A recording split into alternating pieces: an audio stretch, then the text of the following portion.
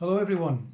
First of all, thank you Joanne for inviting me to share some thoughts with you all as we come to the end of celebration of Catholic education for this year.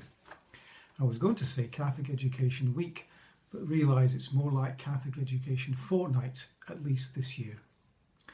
I must admit I feel a bit of a loss in terms of knowing what to share with you just now. I do feel out of touch with your school communities. Before the dreaded lockdown back in March, I did spend a lot of my time, as you know, in the schools in the St Margaret's cluster and beyond in the days we could travel, working with your children and young people. That all stopped and I missed you, and I still miss you very much.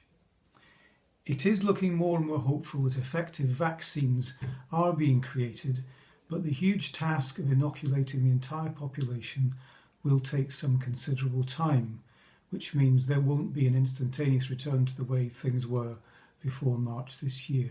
However, and thank God for technology, for Zoom and Teams and YouTube. I never thought I'd one day have my own YouTube channel. Not quite as many subscribers as Justin Bieber or Pope Francis or people of that ilk, but then, as my lovely and large ginger cat, the Dude, said to me a while back, who on earth would want to listen to your boring religious ramblings anyway? So, allow me now to ramble away for a few minutes.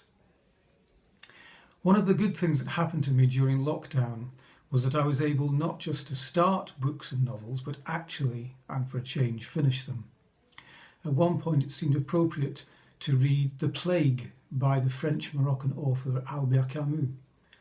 The novel isn't actually about a plague wrecking the lives and relationships of so many, as COVID-19. It was about the Nazi takeover of France in the Second World War, a different kind of plague, as it were. However, the language and imagery certainly apply to what we've been going through, as does the story in the astonishing film Contagion. Don't know if you've seen that. It's now more like a documentary than a film of fiction, worth watching. Here are a couple of lines from Camus' greatest novel, as it's called, which are put together in the afterword by a lecturer in French literature at New York University. So these are Camus' words. The first thing that the plague brought to our fellow citizens was exile, and that being separated from a loved one was the greatest agony of that long period of exile. Relationships, families, communities of different kinds, parishes, economies and incomes, work, leisure, entire regions and countries have been profoundly affected by the pandemic we are facing. For me, the worst side effect of the virus itself is the way relationships have been broken and fragmented and made uncertain. Profound and important connections have been disrupted. The connections that render our lives meaningful, significant, the connections that make us human. People of all ages, including little children who don't yet have the language or sufficient emotional or mental ability to express their own anguish, they have been affected. All little ones see is that essential, primary and fundamental relationships suddenly changed and in some cases disappeared. And it is the stretching and in some cases the irretrievable tearing apart of the fabrics that bind us together as social creatures that is now one of the big challenges for us. We have been robbed for now of the healing and binding power of singing together, making music with our breath, and from the interactions of dancing with others. The healthy and necessary ways of social and human interaction have been splintered in the most painful of ways. I must admit, I did find myself thinking, is all the talk about the mental health of young people a little bit exaggerated at the moment? And then very recently, I was speaking with a group of S3 young people via Teams, and I asked them how they were all feeling. And the way they responded showed me it's not exaggerated. Young people are suffering, even though they can't always find the words to express and articulate their experience. And then I thought of you, because it is school communities that are providing the nearest thing to normal social experience for our children and young people, even though the way things are managed have to be carefully played out so that the maximum number of people are kept safe from harm. You are the ones who have provided through all of this some semblance of normality for children and young people. To say thank you to you, teachers of all kinds, support staff, management, office staff, not to mention kitchen workers, the jannies, the cleaners, seems hardly enough. But thank you anyway for all you've done and are doing day after day. You are the ones who are maintaining relationships with and for our children and young people to hold them, indeed, in love through this time. For our school communities are communities of love, even when they may feel stretched to breaking point sometimes, and especially at the moment. The first little community around Jesus certainly had its own internal troubles and stresses, but that's what being part of a human community means. Through you, the connections that nourish our well-being as human beings are being sort of maintained. I cannot imagine anything more profound than that. What you are providing children and young people with is one of the most fundamental provisions we all need to be connected. At this point, I'd like to quote Community Sergeant Jack, I'm not sure who he actually is, from the West Lothian Police's Facebook page, and it appeared, as it happens, on the 16th November, St Margaret's Feast Day. Happy Monday from all at West Lothian Police. Beautiful sunrise over West Lothian this morning. We have been doing some work with our looked after young people over the past few days. This in the belief that relationships matter, and if we can get as many caring voices speaking to them as possible, then we can support better outcomes, shifting the focus away from crisis intervention. A tweet popped up on my phone from a senior cop down south that summed up my thoughts. You'll know this very well, teachers. Early intervention is prevention. At this point, he quotes what I'm guessing is a proverb or a saying from somewhere on the African continent. The child who is not embraced by the village will burn it down to feel its warmth. He then goes on.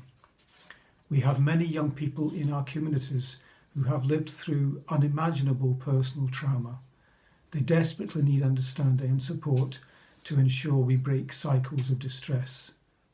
And another great saying, it takes a village to raise a child. That's you, me, and everyone. Let's leave no child behind. While Sergeant Jack is concerned in his words, particularly for cared for children, I think the reality is that we have all now gone through and are still going through a profoundly traumatic time in terms of living through a pandemic, something none of us could possibly have been prepared for or even imagined. The nearest approximation is the experience of a much older generation who lived through World War II last centuries, when our grandparents were themselves children. It's like living through a war of a kind. But for most of us, there is nothing to compare it to in our lived experience to help us through it. We've all had to learn to manage it for ourselves and for one another and kind of make it up, as it were, as we went along and as we are still going along.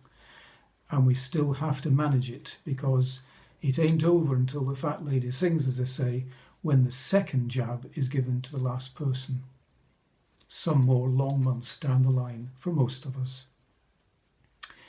Maybe you realised it, maybe you didn't, but through this enormous social and, I believe, spiritual trauma, you and the school communities in which you work have been providing the healing, perhaps also making it up as you went along, the healing our young people need. The memory of what you are doing, the giving of love and reassurance and support and some semblance of normality may well be consciously forgotten by them in time. Their souls will never forget, because as someone said, Every contact leaves a trace. Never underestimate the power of the connections you are making with young people and children, even when it feels like you're not doing very much or making much headway, especially with the teenagers. Sometimes.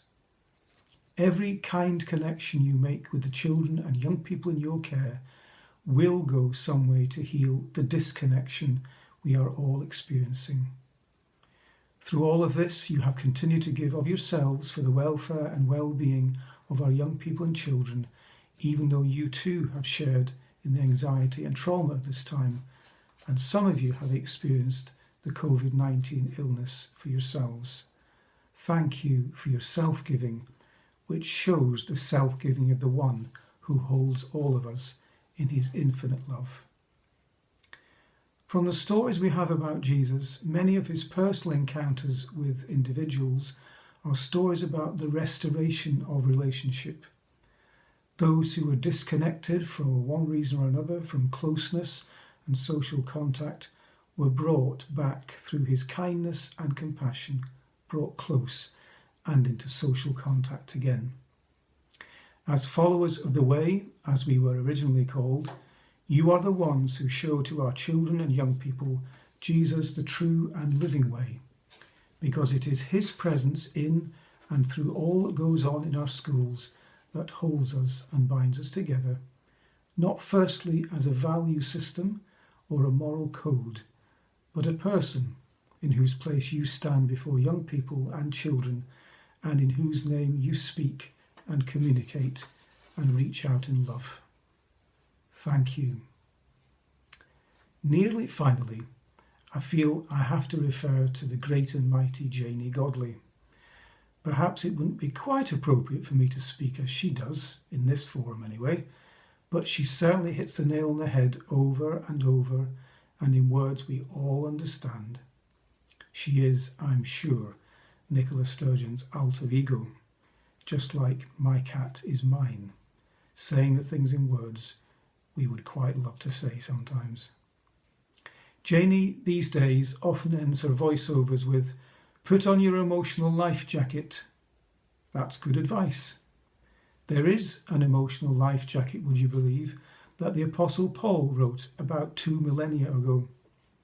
I express his wise words in the contemporary language of the scriptures called The Message, a translation I would recommend to all of you teachers in working with young people. The Message. They're like a kind of refined Janie Godley in the sense that they're very direct and clear. You may find the original text in the letter to the Christian community at Ephesus, a location in Turkey you can still go to and enjoy, well, maybe in 2021 or 22. God is strong and wants you to be strong. So take everything the Master has set out for you, well-made weapons of the best materials, and put them to use so you will be able to stand up to everything the accuser throws your way.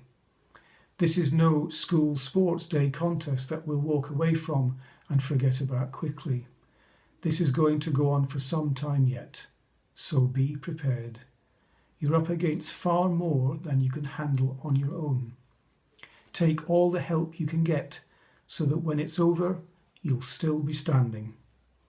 Truth, righteousness, peace, faith and salvation are not just empty religious words.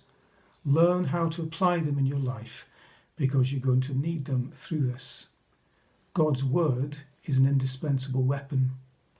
In the same way, prayer is essential in this ongoing struggle. Pray hard and long. Pray for your sisters and brothers. Keep your eyes open. Keep each other's spirits up so that no one is left behind or slips through the cracks. For me, Paul's emotional life jacket, as it were, has a particular insistence on looking out for each other and keeping each other in prayer, perhaps not so different from Sergeant Jack's appeal to make sure no child or no one is left behind.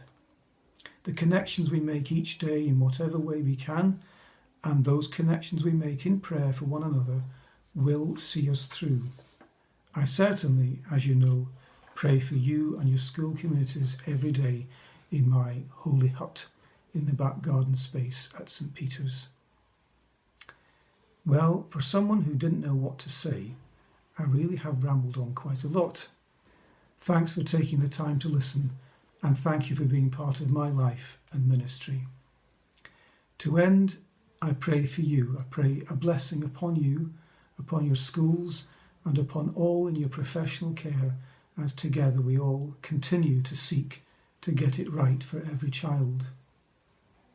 And so, until we may sing together again, may your actions and words sound loudly the eternal chant of love.